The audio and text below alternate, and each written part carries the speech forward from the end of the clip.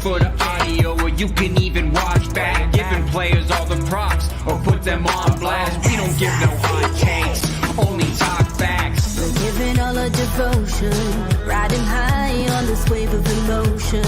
Going all out, yeah, cause this is our time. No, ain't no stopping us till we reach the finish line. All in, we came here to win. We're gonna give everything. S-I-C-K on the run. S-I-C-K, sick. On fire, we're ready to fight. We'll bring the house down tonight. S-I-C-K on the run. S-I-C-K, sick.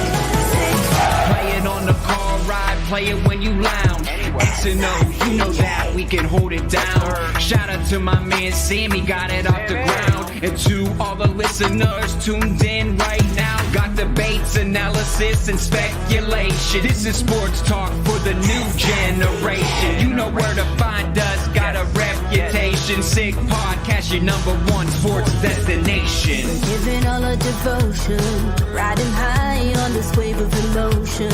Going all out, yeah, cause this is our time. No, ain't no stopping us till we reach the finish line. All in, we came here to win. We're gonna give everything. S-I-C-K on the run. S-I-C-K, sick. On fire, we're ready to fight. We'll bring the house down tonight. S-I-C-K on the run. S-I-C-K, sick. S-I-C-K, it's the sickest podcast. Tune in for the audio, or you can even watch back. Giving players all the props, or put them on blast. We don't give no hot takes, only talk back. S-I-C-K, S-I-C-K, S-I-C-K, S-I-C-K, S-I-C-K, S-I-C-K, S-I-C-K. All in, we came here to win. We're gonna give everything. S-I-C-K on the run. S-I-C-K, sick. S-I-C-K, it's the sickest podcast. Tune in for the audio, or you can even watch back. Giving players all the props, or put them on blast. We don't give no hot takes, only talk facts. We're giving all our devotion, riding high on this wave of emotion. Going all out, yeah, cause this is our time. No, ain't no stopping us till we reach the finish line. All in, we came here to win. We're gonna give everything. S-I-C-K on the run. S-I-C-K, sick. On fire, we're ready to fight. We'll bring the house down tonight. S-I-C-K on the run. S-I-C-K, sick. Play it on the car ride, play it when you lounge. X and O, you know that we can hold it down. Shout out to my man Sammy, got it off the ground. And to all the listeners tuned in right now. Got debates, analysis, and speculation. This is sports talk for the new generation. You know where to find us, got a reputation. Sick podcast, your #1 sports destination. Giving all our devotion, riding high on this wave of emotion. Going all out, yeah, cause this is our time. No, ain't no stopping us till we reach the finish line. All in, we came here to win. We're gonna give everything. S-I-C-K on the run. S-I-C-K, sick. On fire, we're ready to fight. We'll bring the house down tonight. S-I-C-K on the run. S-I-C-K, sick. S-I-C-K, it's the sickest podcast. Tune in for the audio, or you can even watch back. Giving players all the props, or put them on blast. We don't give no hot takes, only talk back. S-I-C-K, S-I-C-K, S-I-C-K, S-I-C-K, S-I-C-K. Turn up your volume. Because you're about to listen to The Sick Podcast. With Tony Marinaro. 55 seconds left in the penalty, a minute and 27 seconds left in regulation time. Boston 4, Montreal 3. Lafleur coming out rather gingerly on the right side. He gives it into Lemaire, back to Lafleur. Oh! The sickest Montreal Canadiens podcast. You're in the ball! Sports entertainment like no other. Rejoint, on lui fait perdre la rondelle, une passe devant. Et c'est Canadien qui complète le dégagement et ce sera la victoire des Canadiens. Coupe Stanley pour les Canadiens, le 23e de l'histoire. You found the dogs! John, you found the dogs! He found the dogs! And all together, they worked a young team to the top. And now, a 24th Stanley Cup banner will hang from the rafters of the famous Forum in Montreal. The Canadiens win the Stanley Cup! Brought to you by Energy Transportation Group. Driven to be different. La Vida Tibi. Embrace your true nature. And Playground, your premier gaming destination. It's gonna be sick. Matt Ohayon, it is Friday. Congrats, everyone. You made it through another week. We made it through, and we are here. What better way to start it off than with the Sick podcast? All right, let's start things off by telling you a little bit about our sponsors. Energy Transportation Group has recently been named by Deloitte and CIBC as one of Canada's best managed companies, the country's leading business award recognizing innovative and world-class companies. The best managed Canadian companies designation fuels Energy's purpose of creating progress for our customers, our employees, and our communities. Join a winning team. Check out Energy's career page for available opportunities driven to be different. The Sick Podcast is brought to you by Playground, your premier gaming destination. Playground Summer Million is the must-play poker event of the season, featuring 10 championship ring events, $1 million in guaranteed prize pools, and a $500,000 guaranteed main event. Located just over the Mercier Bridge, only minutes away from downtown Montreal. Playground. And by La Bittt TV, brewed in Quebec and a winner of a dozen international awards, La Bittt TV offers quality microbrewery beers made with premium ingredients, made for everyone's taste. La Bittt TV, embrace your true nature. And finally, of course, Murphy Clinic. They're an aesthetic clinic specializing in medical aesthetic care. They offer permanent laser hair removal, as well as a wide range of treatments for skin problems such as acne, rosacea, fine lines, and more. They currently have 2 clinics, one located in Montreal's Shop Angus, and the second location is on the North Shore in Terrebonne. They also opening soon in Quebec City. Visit murphyclinic.ca or on Instagram at Murphy Clinic. All right, just a quick note. Let's just address one thing. I mean, I feel like it happened a couple days ago, but I should give my take on it. Tony spoke with Grant McCagg on Monday about Alex Galchenyuk, and then Tuesday he checked himself into the NHLPA Player Assistance Program. Listen, when this whole thing happened, everyone's calling Alex Galchenyuk a scumbag, this, that, whatever. I'm not trying to throw anyone under the bus when I say this, because I even thought he was a bit of a scumbag for doing what he did. Clearly he had a problem. I really commend him for going out and, with a public statement, checking himself into the NHL and NHLPA Player Assistance Program because, well, he's trying to get better and he's trying to right a wrong, but most importantly, he needs to do that for himself. I have some friends who struggled with addiction in the past, so good on Galchenyuk, and I wish him really nothing but the best. I mean, who am I? I'm just a guy in Montreal doing a podcast, but still, it should be said that we should all be wishing and rooting for Alex Galchenyuk to make it through this stronger and better. All right. So with that, last week I spoke with Charles-Alexis Brisebois of Dans les Coulisses and BPM Sport about our way too early expectations of the offense of the Canadiens. And like I told him last week, we're going to have him on in the not so distant future to talk about the defensive side of things. So that's what we're going to do today. We have 2 guests today. One of them is Charles-Alexis Brisebois. The other one is our own Shayne Gaumond, who has produced episodes of the Sick Podcast for me in the past. So, gentlemen, let's, Agnello and Sammy, let's prop them both up. And, gentlemen, welcome. Welcome. How are you guys doing? Fantastic. Thank you for having me. Yeah, I'm doing great. Thank you. All right, guys. Well, Shayne, this is I think this is your first Habs roundtable. Very, very simple. We're just going to get into a couple discussion points, and away we go. So let's start off before we get into the hypotheticals of things and whatnot. Let's talk about Mike Matheson because I thought he was fantastic last year. I don't think anyone would dispute that, especially, being on the team he was on.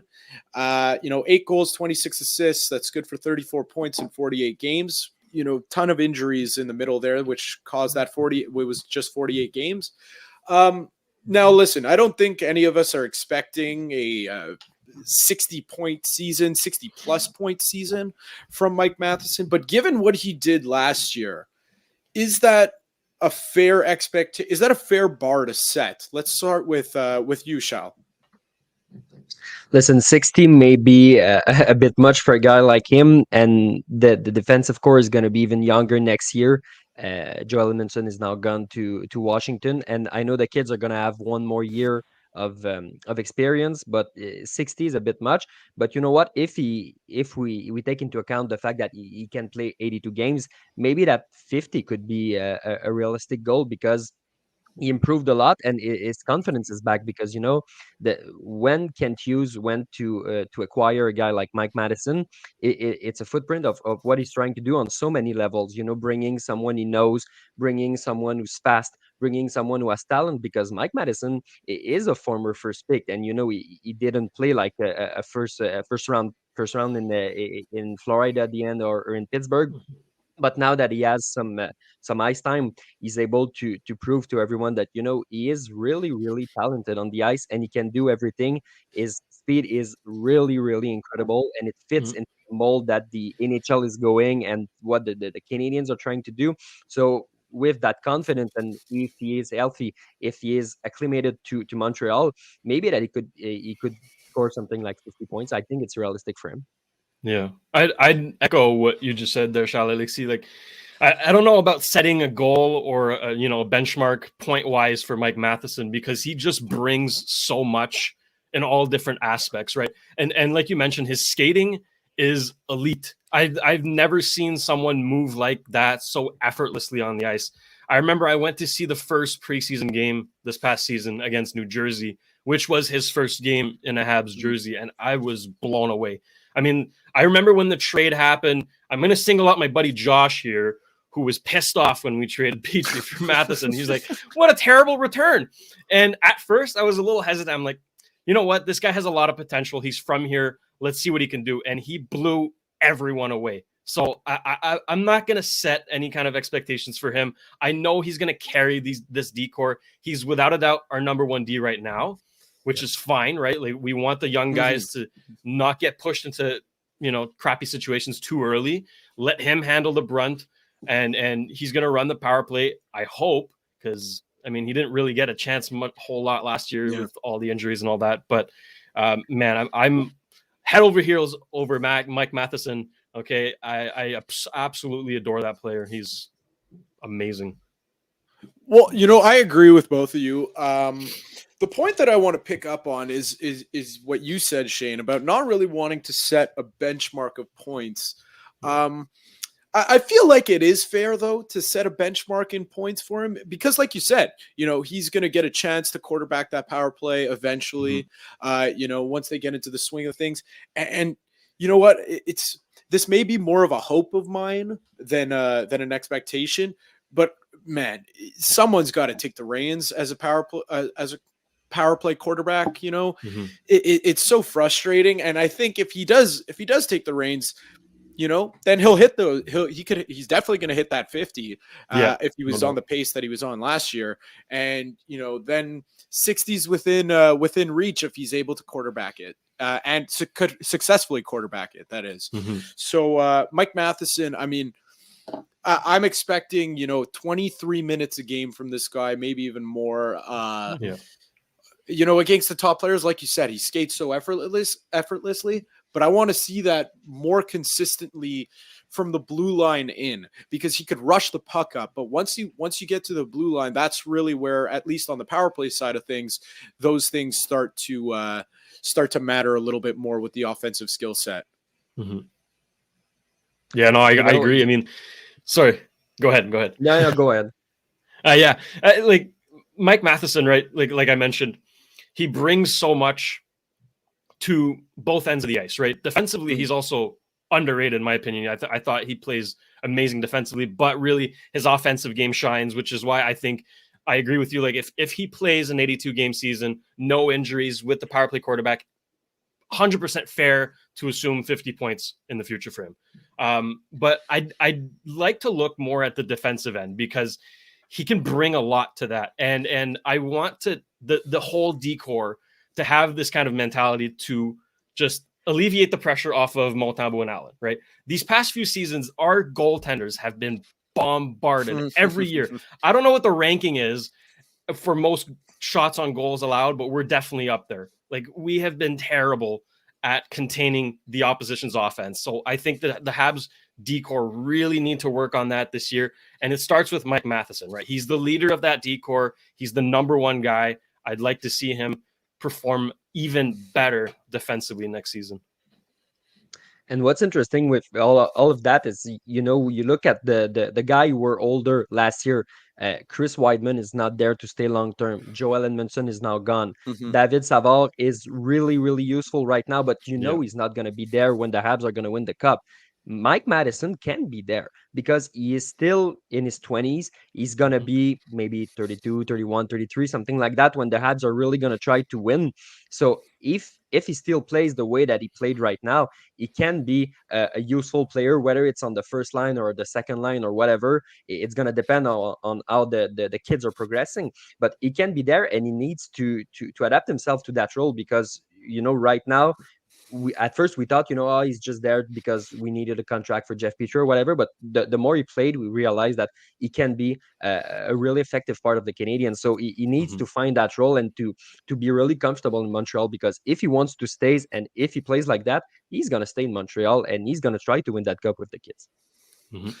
A couple things there. I'm happy we brought them up. Shayne, you brought up the point of the Canadiens' defensive core as a unit, and Charles, you brought up specifically David Savard. Let's talk about this, because this, I feel like, is not getting enough attention. I mean, listen, it's July, so what better time than now? But I mean, throughout the season, I felt like this didn't get enough attention, which was, of course, that they're playing kind of a stress-free brand of hockey right now, because no one's really expecting them to win. But we're always talking about how we want players to be making the right plays, learning the concepts. At least that's what Martin St. Louis likes to say.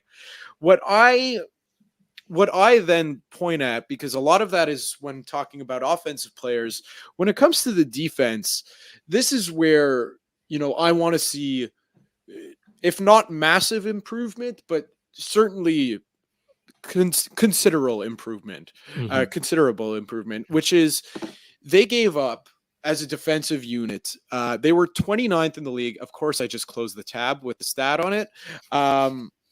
But they were 29th in the league in goals allowed as a team, and some of that, at 305, some of that plays into Samuel Montembeault is in net. Some games, we see him at his best. Other games, you could tell within the first 10 minutes what kind of night it's going to be for him. And, there was inconsistencies with Jake Allen, plus, the roster that was on the ice.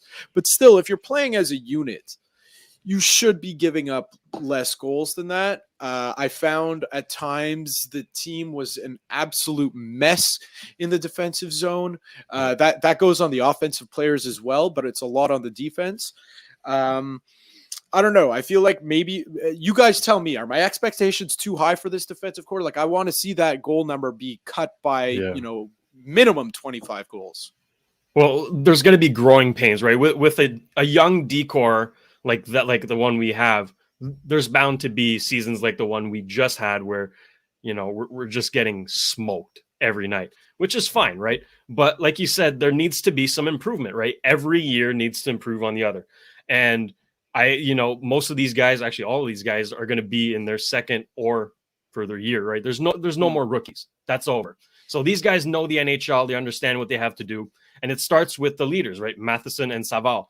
they're the forefront. They need to show these guys what they need to do in the back end. And I have to point out one player that I feel like flies under the radar, and that's Jonathan Kovacevic. I think he's a lock for at least third pair right D. But last year, he finished with a +3 differential with 77 games. And we had the 29th worst, whatever you said. Goals allowed. Goals allowed, exactly. So that's pretty significant. Like, I'm not going to look too much into the plus minus. I think it's a stupid stat, but it does show that he was defensively aware. And I did pick that up last season. I thought he was fantastic defensively. Now, I want to, I'd expect a bit more from guys like, Justin Barron, Arbor Jackeye, Jordan Harris, Kaiden Guhle. That's fine. They're young, right? But this season's time to take that other step and really hone in on the defensive game, right? This D-core is going to be something special for many years, and it starts now. Like, they need to start playing defensively now. It starts now, and there are other guys that are coming in the next few years. Obviously, we know them, starting with Reinbacher and Lane Hudson, but they need to learn from some guys, and David Savard is one of them. And you talked about him, Matt, at the beginning of the intervention. He's a guy that the kids can relate to right now, because he is he's everything that they need. He's their dad. He's their mentor. he keeps playing huge minutes, so the other D can relax a little bit when they're still rookies, and they're going to learn on the job a little bit later. So you need a guy like that. And it's funny with Savard, because when he came in, he kind of by default replaced Shea Weber, even if everyone knew that he was not going to be Shea Weber for obvious reasons. But at first it was hard for Savard to find his groove the first half of the first season, let's say. But when he took advantage of it, he started to play like the player that he can be, and that Marc Bergevin decided that he deserved a 4-year contract for. So right now he's really useful to the Canadiens, and I don't know if he's going to stay longer. I don't know if he's going to be gone by the deadline, by next summer, by the other deadline, or whatever. But by the time he's there, the kids just need to pick his brain and to learn as much as they can, because he's a useful resource right now for the Habs. Oh, yeah. Well, I like what you say there, because it's interesting. That was one of the things I wanted to ask you guys about David Savard. Is it too soon, to ship him out the door? Because like you guys had already mentioned a couple prospects, in Reinbacher and Lane Hudson, but what about Logan Mailloux? What about Jaden Struble? What about if he can start to stand out in Laval? I haven't seen anything so far, but Matthias Norlinder, I'll still put him in that group. These are defensemen in the pipeline that are coming up, and with Arbor Jackeye kind of threw a wrench, I'm sure, into the Canadiens' plans in camp last year in a good way, just inserting himself into the lineup with his play. There's just so many guys in that group that all right now, it looks like, have a place at least down the road on the Canadiens, but you still have young guys in Harris, Barron, Guhle, and even to a certain extent Kovacevic, who, doesn't do all the offensive things, but like you said, Shayne, he was great last year, given his responsibilities. When's that moment where you say, all right, Mr. Savard, actually, no, we're not going to call him Mr. Savard, because that's a Pierre Gauthier move. We're going to call him David. All right, David. Thank you for your years of service here. We respect what you did last year with the Canadiens, because like I was banging the drum all year that this guy was incredible, because he given where the Canadiens were at the beginning of the season, given the expectations on the Canadiens, he's still going out there blocking 20 shots a game like a madman. So that says something about someone. And so there's quite the balancing act to do to be done by Kent Hughes, which is, okay, I need to make space for these young guys, but at the same time, I want this mentor to the young guys, because those are the only two guys on the blue line with more than 2 years of experience in the NHL. So where does that balancing act start to come into play, Charles? For me, it's too early to talk about getting rid of David Savard, because, as you said, there are not a lot of guys with experience on that blue line. And I know we changed some trainers, but maybe we're going to have some injuries next year. So if a guy like Mike Matheson is injured again, and if Kaiden Guhle is injured again, at some point, who are you going to play if you traded David Savard? You cannot just play the Chris Weidman and the Jordan Harris 25 minutes per game, because that's what you have. So for me, you need to keep him right now. He is a steady presence in that locker room and on the ice. And if at the deadline things change, maybe you can reevaluate right now and say, okay, we have a lot of kids who are ready to play. We have guys in Laval who are ready to come in and to make a difference. And now he blocks the way of young kids. We can think about trading him. Maybe you can at the deadline, but for me, he needs to spend a year in Montreal as it is right now. As I said, it can change, but for now, David Savard is in Montreal, and we'll see next summer. That's it. There's no rush. There's no rush. Like you said, I mean, you gauge what kind of offers you get at the trade deadline, but he has 2 more seasons on his deal, so there's no rush to get him out to get something in return, or instead of losing him in free agency, whatever. But I think it would take a lot to ship him out for me, because he's so valuable to this team mentorship wise. Like, this is the kind of guy you want your young kids to follow, to look at and be like, okay, this is how you play NHL defense. Like, this guy puts his body on the line every night. Like you said, no matter the importance of the game, right? If you're playing, this guy's playing 100%, and he's wearing that crest with pride. And he's not playing for the name in the back, right? He's playing for the logo on the front. And that's something that every young defenseman coming into this team needs to learn from him, pick his brain, like you said, right? Pick up on his knowledge. He's been in the league for years. So I think he's a very valuable asset to the team, at least for this season, right? Next year is his last year contract wise. So, maybe at the deadline you start looking, but for now, I don't see the point of moving him. So I agree with both of you. But that I feel like one thing could throw a wrench into the plans, which I spoke about it with Stu Cowan a couple weeks ago, who is Logan Mailloux. He's I'm pretty sure right-handed shot, pretty sure, not 100% on that. So there you go. He's a right-handed shot. David Savard, I'm in agreement with you guys. I think he'll be there. The one guy that I think he can give a run for his money if he impresses at camp is Jonathan Kovacevic, because they need a power play quarterback. I'm not expecting a 21-year-old or a 20-year-old defenseman to instantly become that right away out of juniors, but they need a power play quarterback. They need more offense off the back end as a whole. That's just a matter of fact. Kovacevic doesn't provide much. I don't know. What do you guys have any expectations, if at all, for Logan Mailloux going into this season? Laval.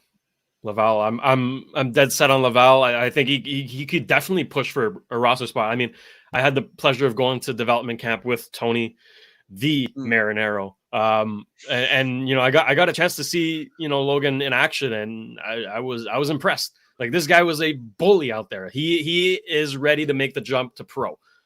No doubt about that, right? Now, to make the actual team is another thing, right? I think easing him in through the AHL and then seeing where the season goes, how he progresses, then maybe, through injuries or whatnot, he could, carve himself a spot on the roster. But to start the season, I think it's got to be Laval, unless, like you said, he just really shows out at training camp, and there's no other way than to, start him with the big team. I think Logan Mailloux is a different case because of obviously what happened a few years ago. I think you need to take that into account. He's not officially inserted into the NHL. He still he needs to have this meeting with Gary Bettman. I think it's a formality, but still, the fact that he could go to Laval to just acclimate himself to pro hockey should be a good reason. And I think they need to use more Laval, because I think that there should be a limit between Arbor Jackay comes in from undrafted free agent and he goes directly to the NHL, to the Red Wings who wanted to play 150 games to every young player in the AHL. I think you should meet everyone in the middle and play in Laval, prove that you can play pro hockey, and then we'll give you a shot. So I think that needs to happen for those reasons for Logan Mailloux. And when you look at the rosters, there are already a lot of defensemen. So if he wants to make the team right now, he needs to be better than a few of them. And, it probably means that Justin Barron starts in the AHL if Logan Mailloux starts in the NHL. So I don't think we're there yet. I don't think there is any shame to go to play for the Rocket to develop. And then if he forces the end of the Montreal Canadiens, so be it. Well, that's what I'm kind of hoping for. I'm kind of hoping that he forces the hand of the Canadiens. Just to, listen, this may be too high of an expectation on my end, but at a certain point, with the way this team is, it's like this was Marc Bergevin's greatest strength, was managing expectations. I think this regime, they don't have to manage people's expectations because if you're expecting a little more than, if you're expecting them to win to win a round in the playoffs this year, you're kind of out to lunch. But like, I think at a certain point, the expectation level has to raise, and kind of, this guy's a first round pick from 2-3 years ago. Like, I want to see a first round pick start to be a first round pick. Like, do you have it or do you not?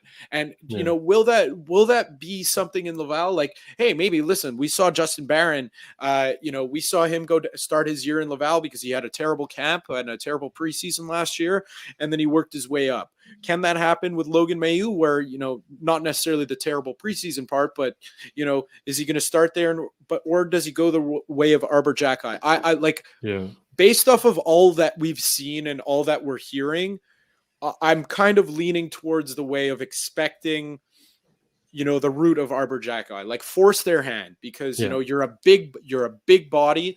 You're like you said, Shayne, at development camp, he's crushing bodies out there. He's bullying people. Like, let's start to see that now, because there has to be a certain level of like, okay, now let's take the next step. Especially, I got into this a little bit with Stu a couple weeks ago, which was after the Reinbacher pick. Kind of felt like snap break of the honeymoon phase with Kent Hughes and Jeff Gorton and this fan base. Like, I feel like the pressure is now going to start to be raised a little bit on the organization because of that pick. Like, they're not in anyone's good books right now. And I think, having an exciting prospect force their way onto the team, is just what the doctor ordered for this team, to like make them forget about this whole thing and make everyone forget about this whole thing with Reinbacher. That's it. That's a good problem to have, right? If you have too many good players that are NHL ready, it's a problem, but it's a good problem. And that's also when you start to look at potential casualties in the prospect pool, right? Because not all of them are going to make it to the Habs, but most of them, well, a lot of the good ones are probably NHL ready. So do you use them as, trade capital? What happens then, right? But for now, I don't think we're there yet. Like, you mentioned a ton of guys, like Adam Engstrom also stood out to me at development camp. He was really good. And that's another left shot D. We are loaded at left shot. Right shot, not as much, which is where Mailloux comes in, right? He's a right shot. Reinbacher's a right shot. So I think those three, Justin Barron, if he pans out, could be the part of the future on the right side. But I just don't want to rush Mailloux. That's my concern, right? If he's NHL ready, I'm all for it. I want to see him. From what I saw at development camp, I loved it. That's what we need. We haven't had a defenseman like that in a long time. So, if he is NHL ready, sure, let's do it. But, he needs to be really high up there for me. I just don't want to rush him. We've seen examples like KK, right? KK is the easiest example to bring up, but rushing a player can really damage their progression. And I just don't want that with Mailloux. What you need to think also is the fact that, let's say Logan Mailloux breaks in the NHL at the camp right now.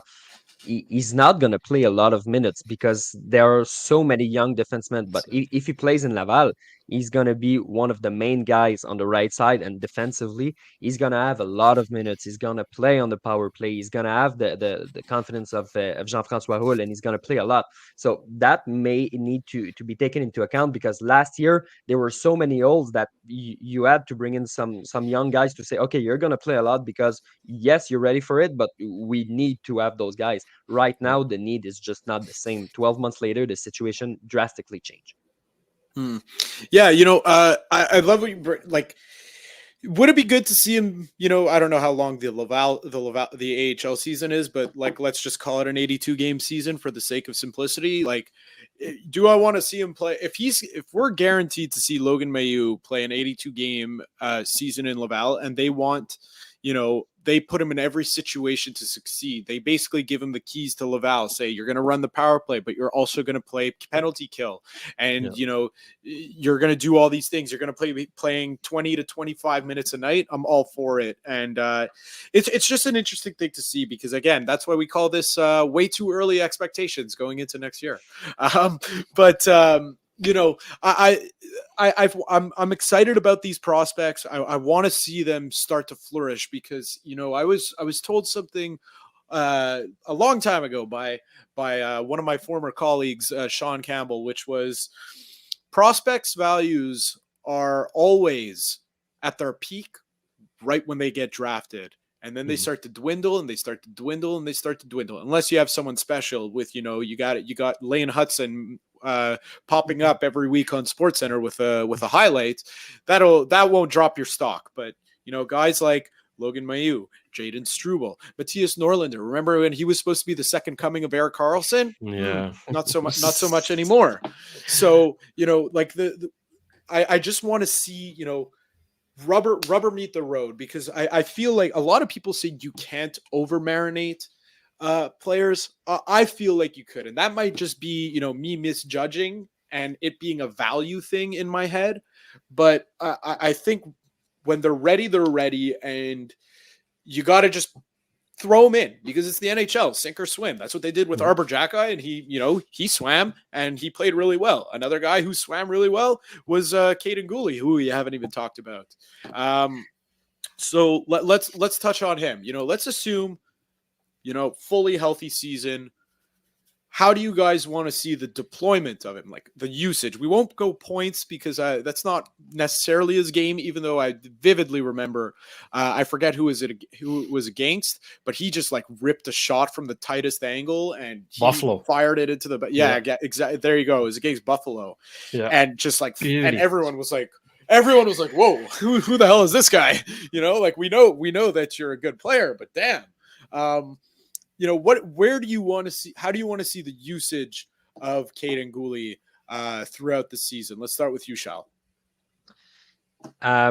He's very special compared to the others. You remember when we had too many defensemen, and there was a rotation out of the lineup with Jacki and Harris and guys like that.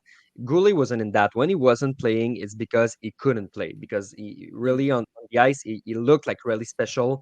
There were the comparisons with Shea Weber by the presence and by the way he's playing, and he has a shot and things like that.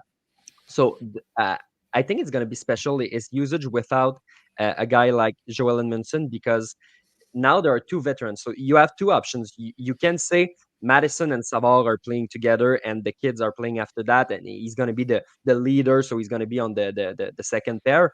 Or you can say he is going to play with someone like David Savard, which happened quite a few times last year, and he can handle some of the top line. So I think it's going to go really on the fly. So if Martin St. Louis feels like he can play those big lines, I think he will want to give him that to prove himself that he could do it last year, but he can do it even better this year. Maybe he's going to use it sometimes in other situations with other young guys to have a steady presence with them. So I think he's going to be kind of I'm going to say a fixer. So someone you say, hey, you're going to play with Kaiden Guhle, and it's going to go fine with you, because he is a good defenseman, even though he's not a finished product, because of course a defenseman needs some time to to adjust to the NHL. He is very young. He got injured and everything. We know the situation, but I think he's going to be a kind of a rock for Martin Saint-Louis and Stéphane Robidas, because I really expect a lot from him. Yeah, he's so reliable. I mean, from what we saw last year, I mean, it's a small sample size to give him credit, but he really impressed me. And his skating is already elite. In my opinion, he's NHL ready in that department. And I think his offensive awareness as well, right?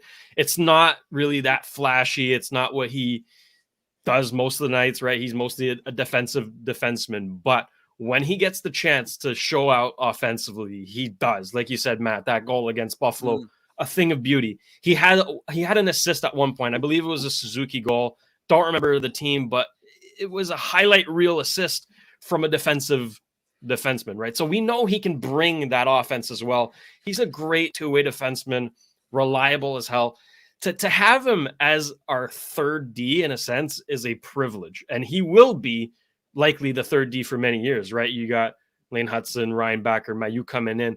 That's likely going to be the top four if everything goes according to plan. To have a guy like Kaiden Guhle as a third D, that's huge. That is huge, because he in any other team, he'd be top two. He'd be a top pairing D. I love Kaiden Guhle. And I mean, I had the privilege of meeting him. I believe it was in May.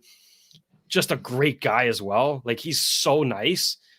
So that's a guy great for the culture, right? That's something, we don't talk too much about, but it's really important. That's something Kent Hughes, Jeff Gorton, and Martin Saint-Louis have been pushing. And we're seeing it now. We're seeing, like, these are good people. Ryan Backer, same thing. He's a great kid. So I think Kaiden Guhle is a staple in our D-corps for many, many years. And this next season, I am expecting really good things from him. Well, guys, I feel, correct me if I'm ahead. wrong, but just to add about the character and everything, I think Yeah. Kaiden Guhle is spending a huge part of this offseason in Montreal, and he was a lot involved in the city. He So is. he probably hangs out a lot with a guy like Nick Suzuki, who's here also. So the fact that they kind of grow up together, growing up around the captain, it's a good thing for the culture. It's a word For that sure. we use a lot with the new direction, but he's right into it. Mhm. Yeah, no, he fits right there. And you know what? I kind of feel like this could be a season where, like, every season that passes is one where we get closer to see a Reinbacher, a Hudson, or a Struble, even a Mailloux being inserted into the lineup. And like you said, Shayne, like, maybe he'll be number 3. Maybe he's definitely going to be in top 4. This could be a season where he says, oh yeah, Shayne, I'm going to be number 1. And he's going to show on the ice that he could be number 1. Like, these are all, like you said, these are great problems to have. That's to the it. Canadians. I love that. Yeah. So, like, these are all great problems to have. It's going to be interesting when the time comes, because it's a numbers game, because you also have Harris, Barron, Jack-Eye. You have all these guys that, like, you've invested time and money into throughout your development, their development. Like, 1 or 2 of them is going to have to get traded down the road. And this is an amazing problem for the Canadiens to have, because this is how you become that team that, like, you either, you keep your prospect pool intact, but you're still acquiring assets because it's so strong. So you can afford to part with a player or two, and it's not going to crush your team for the next 15 years or whatever. It's going to make it better. There you go. You're going to get assets for it. Yeah.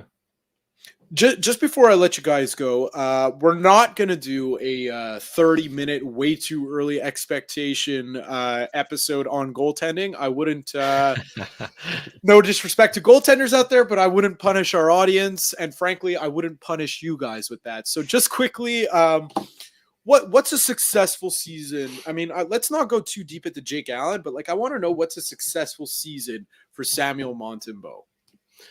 I'd like to see a save percentage over 900. And you know what? Let's push it 910. If he's around 910, I'll be okay. I'll be pleased. You know what? He earned himself another contract. That's good. That's good for me. I really want him to seize that number 1 spot. I want him to play in a way that's like, okay, there's no doubt about it. This is our number 1 guy, right? And sure, you got Jakob Dobes, Jacob Fowler, maybe Caden Primo coming in later. But for this year, I really want him to seize that number one spot and play consistently, right? Matt, you mentioned earlier, some nights he just wasn't there, right? And that's normal. That happens. But let's try to reduce those number of nights, right? Let's play in a consistent level. And I feel like he's going to get, say, upwards of 45, close to 50 games this season. I think they're still going to split. Jake Allen's going to get some games, but I think Montembeault is going to get most of the brunt. Those tough games, those big games against really offensive teams, I really want him to show out. I don't need impressive saves. I need efficiency, right? And that's what this team needs as well. So I think he can bring it. He looks in his element, right? Last season, he really progressed from his first season with the Habs. So I'm expecting that progression to keep going. He looks confident. He looks in his element. And I mean, same thing as Savard, right? He's playing for the crest up front. He's playing for these fans because he's a fan himself.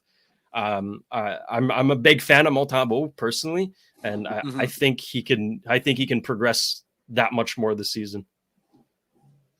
And you're right saying he plays for the logo. Remember last year when he played with an injury with his hand through the last months, and he played because he was the least injured of the goaltenders, but he decided to give it all to the Canadiens.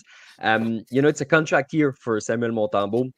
He's going to want to prove that he really can be not only a goaltender in the NHL, but a goaltender you can rely on. What I want from him is, we saw it in the NHL. You need two good goaltenders to go far in the playoffs or anything, and unless you have a Carey Price or Andrei Vasilevsky or something like that. But they don't really exist anymore. So I want him to prove that he can be one of the two.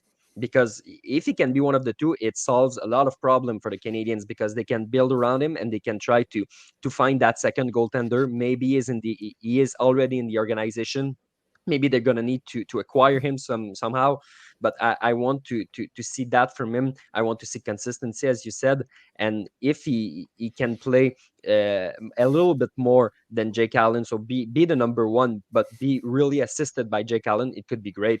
I think they can be a really, really good duo.